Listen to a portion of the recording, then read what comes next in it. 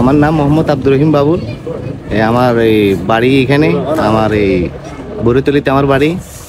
আমার দোকানের পাশে 1991 সালে 29শে এপ্রিল বৃহস্পতিবার রাত ঘূর্ণিঝড় হয়। ঘূর্ণিঝড়ের পর দিন আমি এই বট গাছটা 3 জনে মিলে লাগাই। আজকে গাছের বয়স প্রায় 34 বছর। এই গাছটার বয়স? হ্যাঁ, 34 বছর।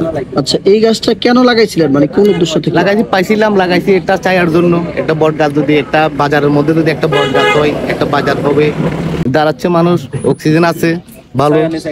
চায়ের নিচে একটা দোকান করতেছে, আমি একটা দোকান করি, আমার খুব ভালো লাগতেছে।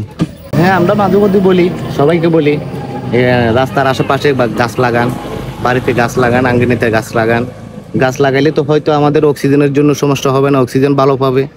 বট গাছ লাগানো ছায়া হয়েছে, আমি এনে দোকানদারি করতে আসি। আমিও তো লাগাইছি, একটা ওই অ্যাড করার। কত বড় হয়েছে এটা? এটাও বড় হয়েছে, এটা লাগাইছে যে 20 বছর 20 বছর।